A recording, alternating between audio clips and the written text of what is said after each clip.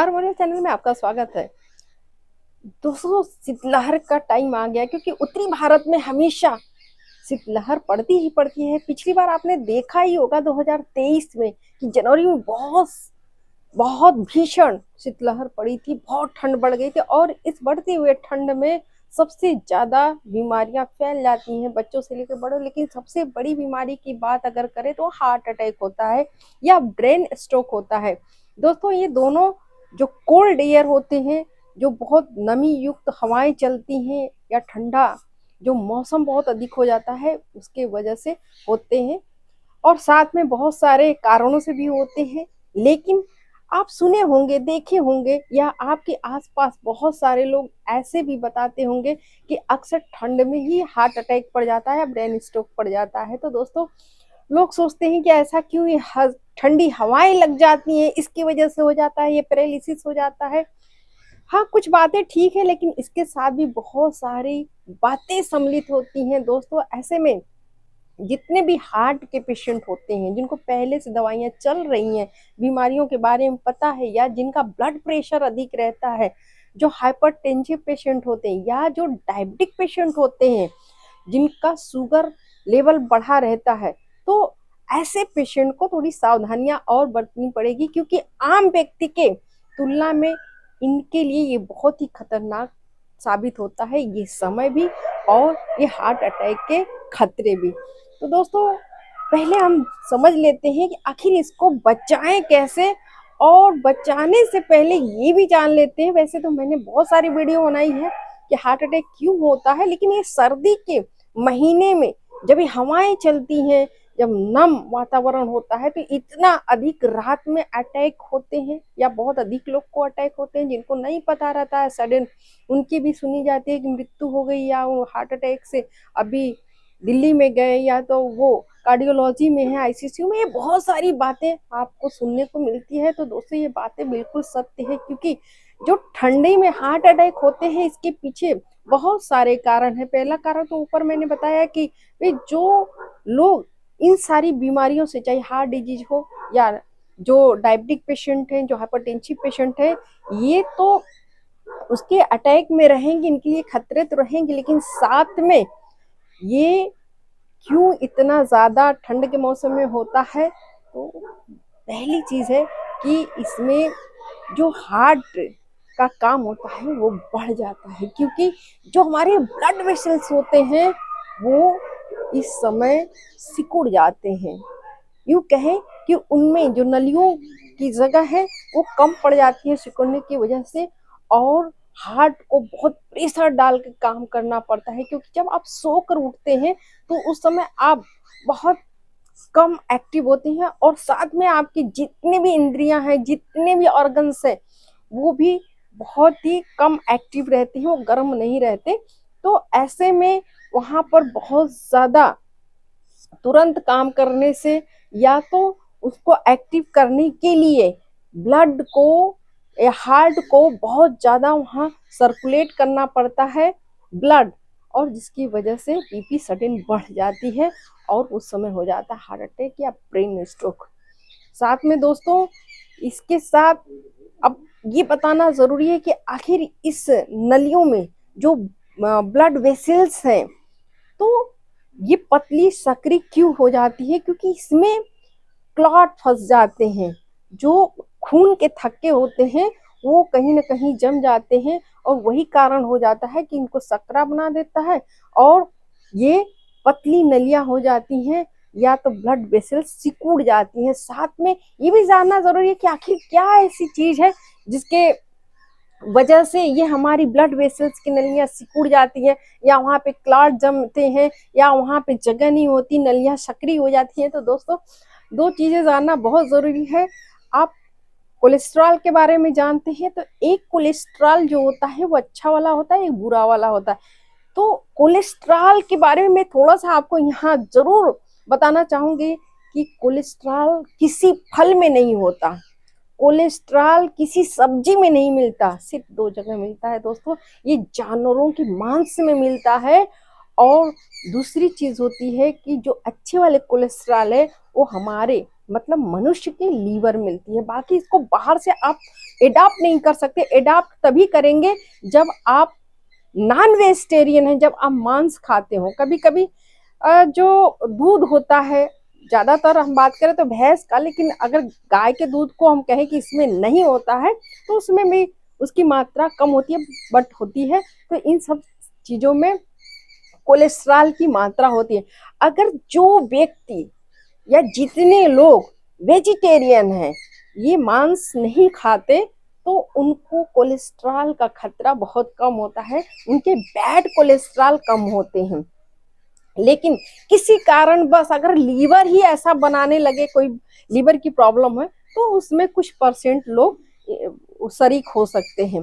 और दूसरा ट्राइग्लिसराइड दोस्तों, जैसे ना तेल होता है, आप सफोला खाते हैं, आप मस्टर्ड ऑयल खाते हैं, आप बहुत सारे जो रिफाइन आप तेल खाते हैं, तो इन सारे चीजों में मिलता है ट्राइग्लिसराइड। और यही चीज हमारे शरीर में भी होता है। जब हम कोई भी, जिन बीज से तेल निकलता है, जैसे बादाम की बात कर लें आप, तो ऐसे जितने भी फ्रूट्स होते हैं अगर हम खाते हैं तो उसमें ट्राइग्लिसराइड बहुत अधिक होता है। इसलिए कहा जाता है कि बहुत ज्यादा भी ड्राई फ्रूट का सेवन नहीं करना चाहिए, क्योंकि ट्राइग्लिसराइड को बढ़ना भी ठीक नहीं होता है। ये हार्ट अटैक को बहुत ज्यादा इनवाइट करता है।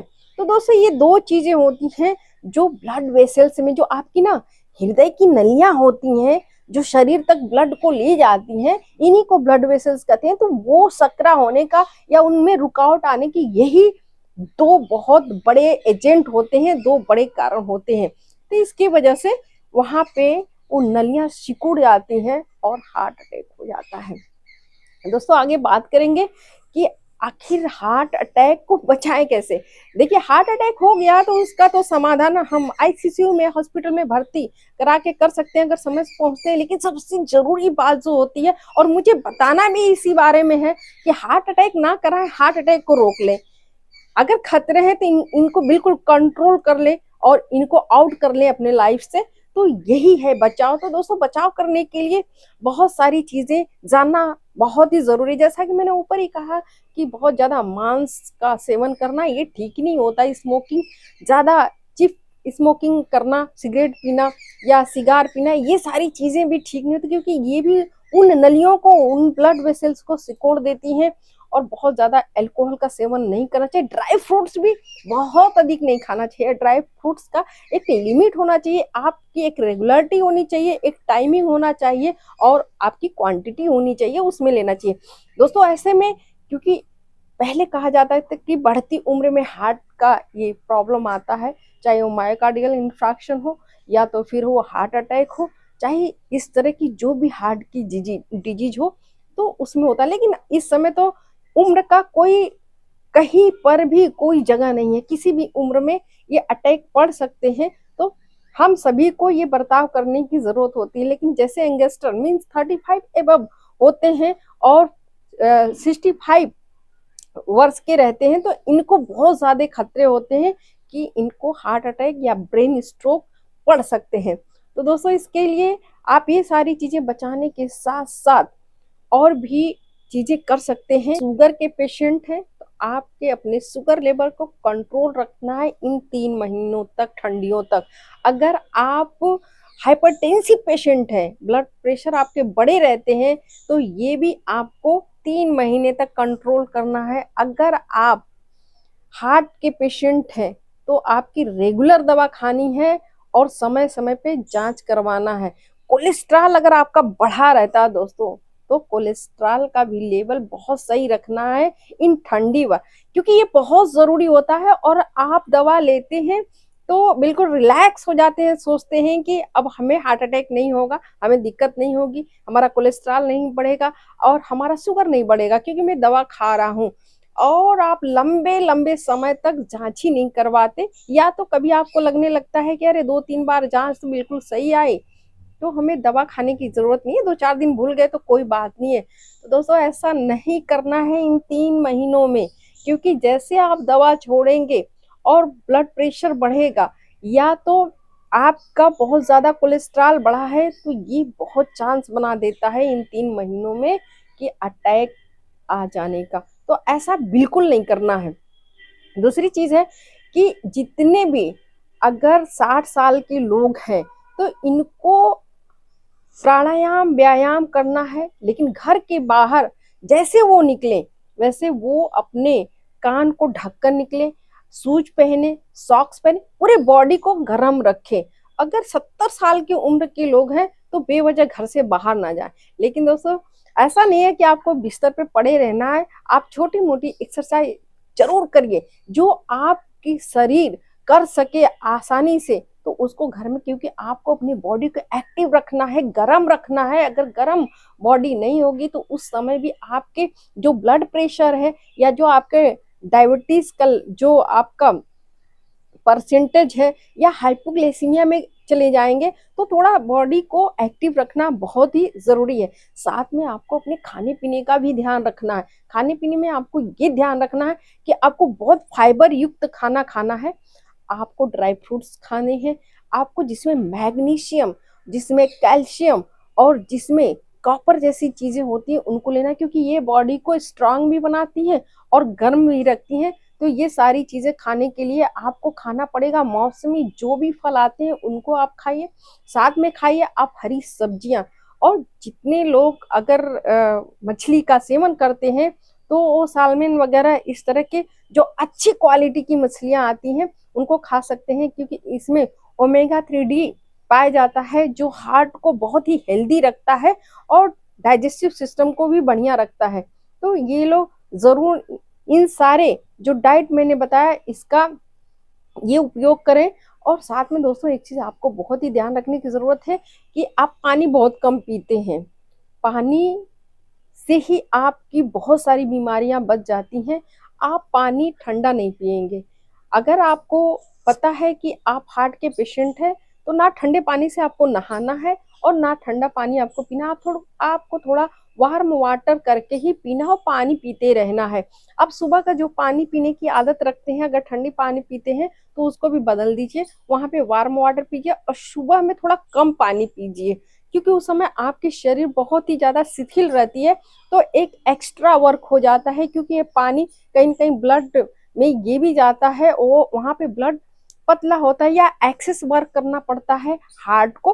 तो सुबह सुबह उठकर थोड़ा कम पानी पिए। लेकिन जैसे टाइम और देर हो या निकले, सूरज निकले या कुछ काम करें, इसके बाद आप भरपूर मात्रा में आप लिक्विड का सेवन कर सकते हैं, चाहे वो पानी के माध्यम से, चाहे वो आप सूप पीजिए या तो जूस पीजिए, फलों का आप पी सकते हैं।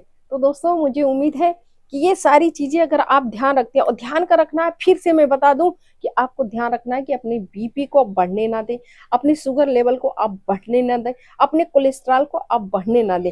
लेकिन जो मैंने कहा कि कैसे आपके हार्ट, आपके ब्लड वेसल्स, कैसे अटैक वहां पे आता है और हार्ट का एक बड़ा हिस्सा डिस्टर्ब हो जाता है या खराब हो जाता है। तो दोस्तों मैं बताना चाहूंगी कि चूंकि हमारे शरीर की बनावट, चाहे हार्ट हो चाहे ब्लड वेसल्स हो, नलियां हो, वो सारे के सारे एक ये इलास्टिसिटी मींस रबर से बनी होती हैं।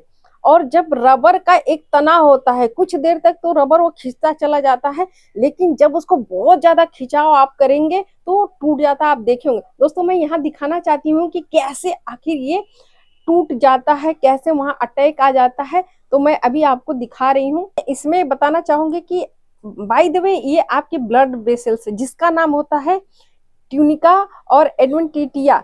तो अगर ये इनके ऊपर का इस लेयर का नाम होता है जी, ये ऊपर रबर की होती हैं। अगर दोस्तों ये पतली रहती है, जैसे हम आपको बताएं कि ये देखिए ये इनके लेयर है, पतले हैं, ये बड़े आसानी से चलते चले आएंगे और ये ब्लड को पूरा सर्कुलेट करेंगे।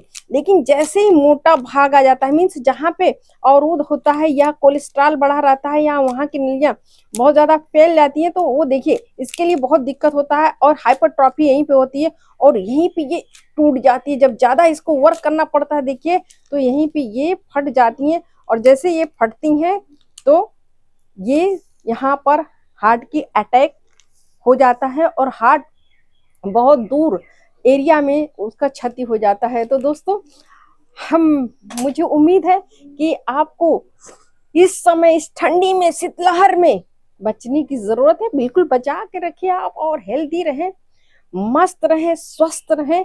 इसी के साथ अभी तक आर्मोरिया चैनल को अगर आपने सब्सक्राइब नहीं किया है दोस्तों कर लीजिए, शेयर कीजिए, लाइक कीजिए और आप बहुत बहुत हेल्दी रहें।